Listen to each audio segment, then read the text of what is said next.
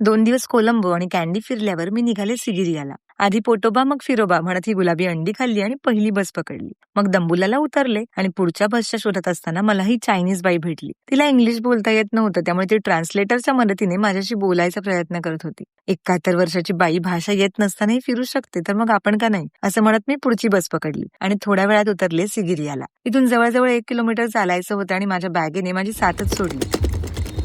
Almost जंगलच वाटणाऱ्या या सुनसान गल्लीतून घाबरत घाबरत मी माझ्या स्टे पर्यंत येऊन पोहोचले. ओनरचं असं घर पाहून मला सगळे हॉरर मूवी आठवायला लागले. रूम नीट पाहून घेतल्यावर मी या दोघांशी छान गप्पा मारल्या. मग या काकांनी मला त्यांचा बॅकयार्ड दाखवायला नेलं आणि इथून सिगिरिया रॉक असं दिसत होतं. मग थोडा वर्कआउट करून मी जेवायला बसले आणि इतकी मोठी थाळी कशीबशी संपवली आणि तेवढ्यात तिथे जोरदार पावसाने हजेरी लावली. मी जिथे जाते तिथेच पाऊस का येतो असा प्रश्न स्वतःलाच विचारत मी झोपी गेले. कारण दुसऱ्या दिवशी मला पहाटे उठून जंगल सफारीला जायचं होतं आणि सिगिरिया रॉक फोर्ट देखील पाहायचा होता. दुसऱ्या दिवशी हे सगळं मी एकटीने कसं मॅनेज केलंय जाणून घेण्यासाठी पुढचा भाग पाहायला विसरू नका बरं.